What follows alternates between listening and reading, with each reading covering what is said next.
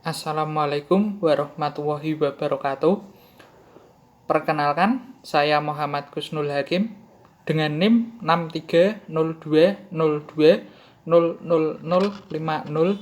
dari kelas 5B Ekonomi Syariah. Di sini saya akan mempresentasikan tentang maqasid syariah dan ekonomi Islam. Langsung saja, yang pertama, pengertian maqasid syariah. Maqasid syariah menurut bahasa terdiri dari dua kata, yakni maqasid dan syariah.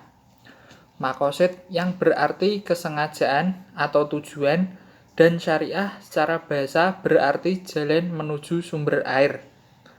Jalan menuju sumber air ini dapat juga dikatakan sebagai jalan ke arah sumber pokok kehidupan.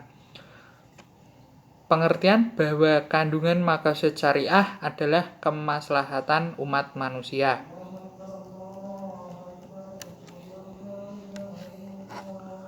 Menurut istilah di kalangan ulama usul fikih adalah makna dan tujuan yang dikehendaki syara' dalam mensyariatkan suatu hukum bagi kemaslahatan umat manusia.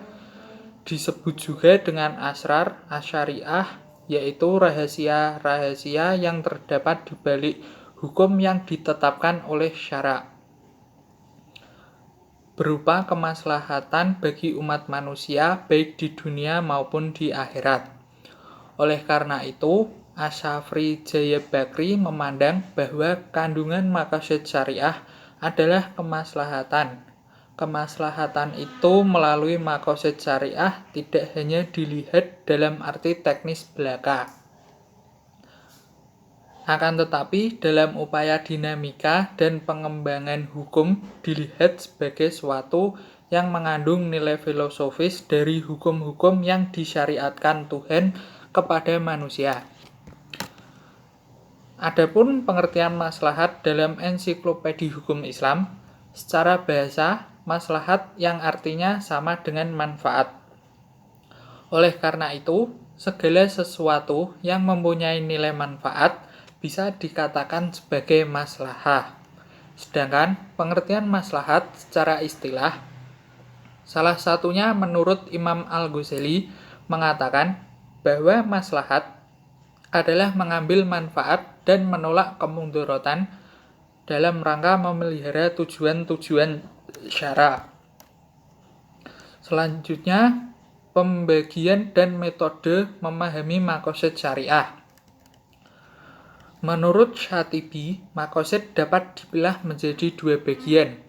Yang pertama maksud asyari dan yang kedua maksud al-mukallaf.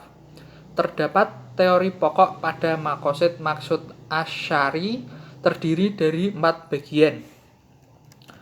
Yang pertama qadu asyari fi wadi asy syariah, yaitu maksud Allah dalam menetapkan syariat.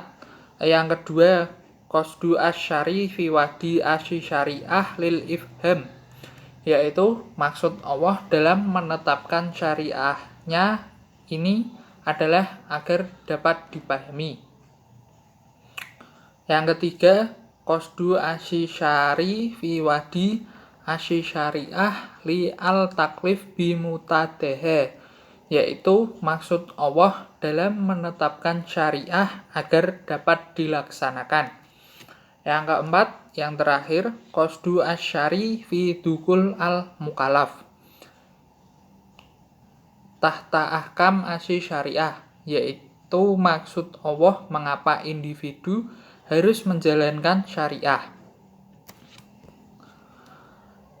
Dalam pandangan Syatibi, Allah menurunkan syariat atau aturan hukum bertujuan untuk menciptakan kemaslahatan dan menghindari kemudaratan baik di dunia maupun di akhirat.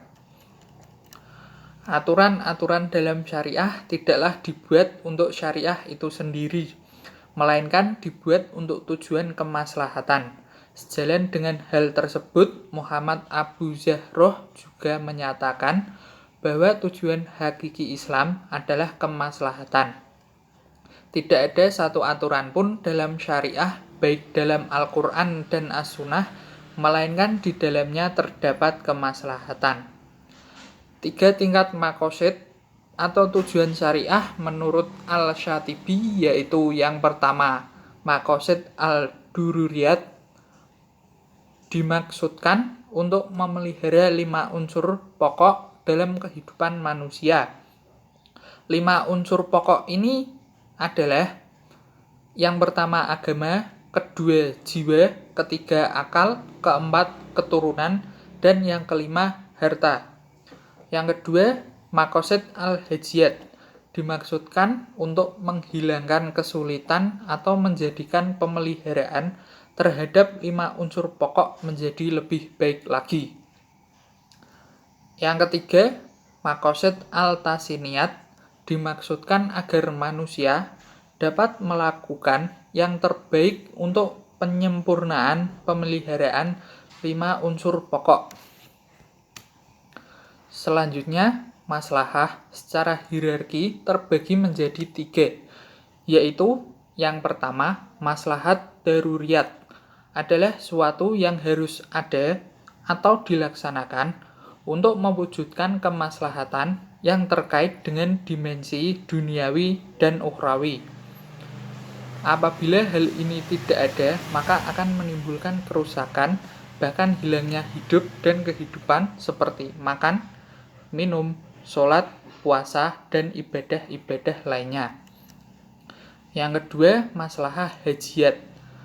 Maslahah hajiyat adalah suatu yang sebaiknya ada sehingga dalam melaksanakannya leluasa dan terhindar dari kesulitan.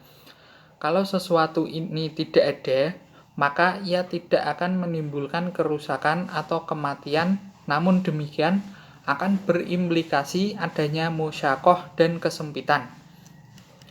Yang terakhir, maslahah tasiniyat adalah suatu yang tidak mencapai taraf 2 kategori di atas.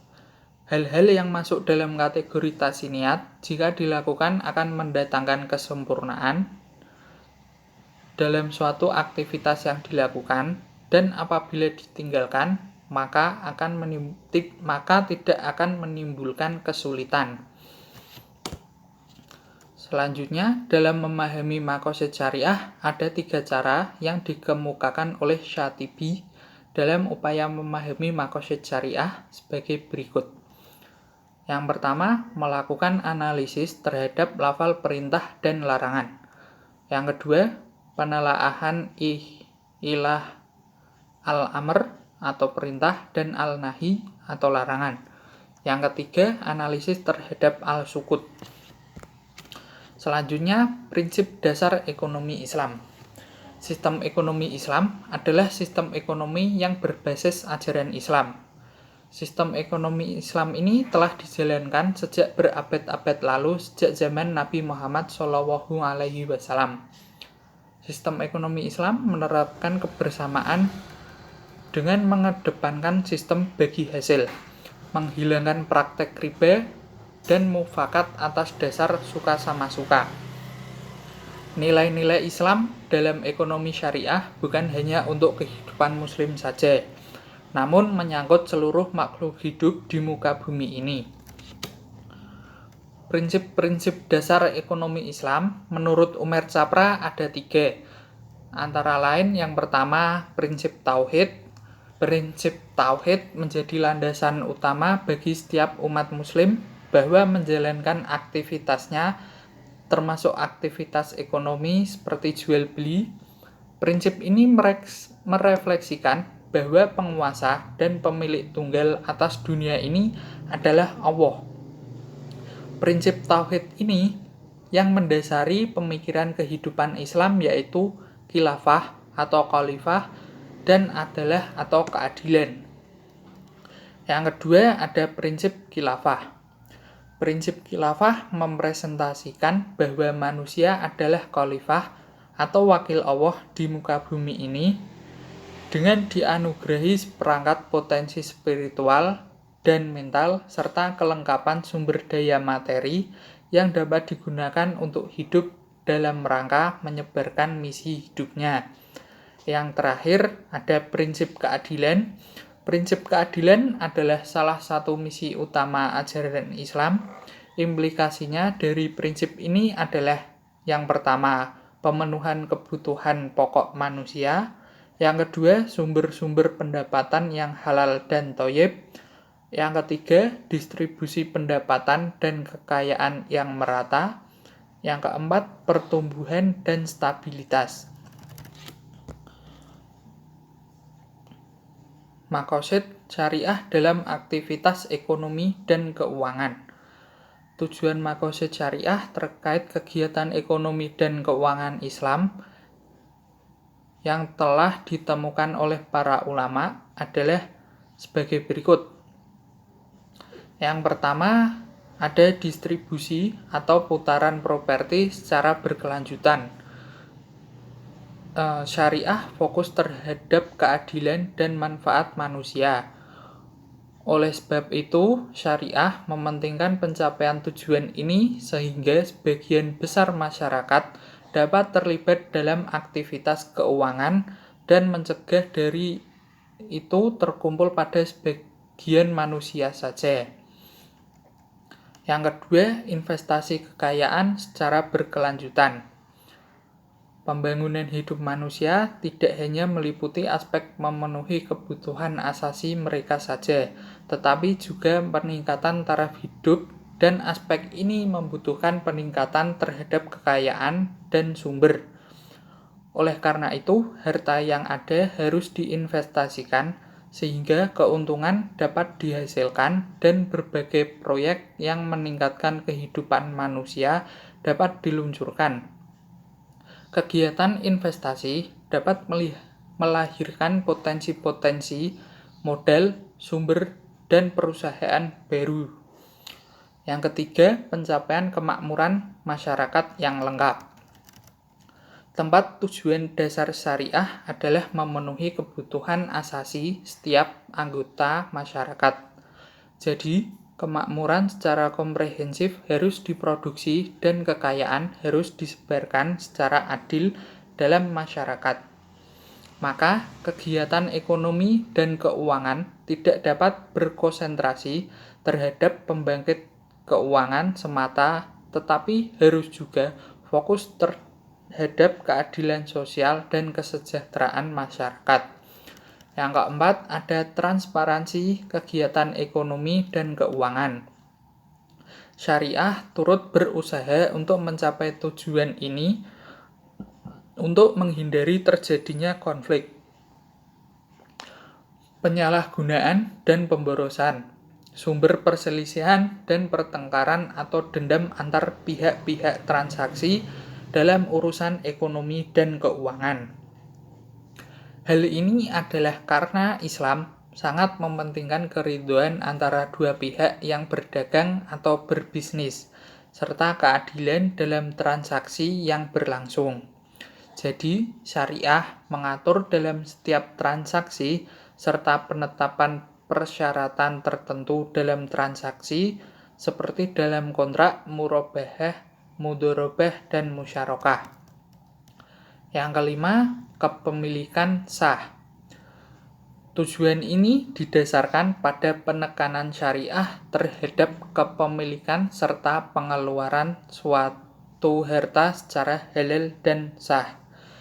Hal ini sejalan dengan firman Allah yang artinya, "Wahai orang-orang yang beriman, janganlah kamu makan, gunakan harta-harta kamu sesama kamu dengan jalan yang salah, seperti tipu, judi, dan sebagainya, kecuali dengan jalan bisnis yang dilakukan secara suka sama suka di antara kamu, dan janganlah kamu berbunuh-bunuhan sesama sendiri.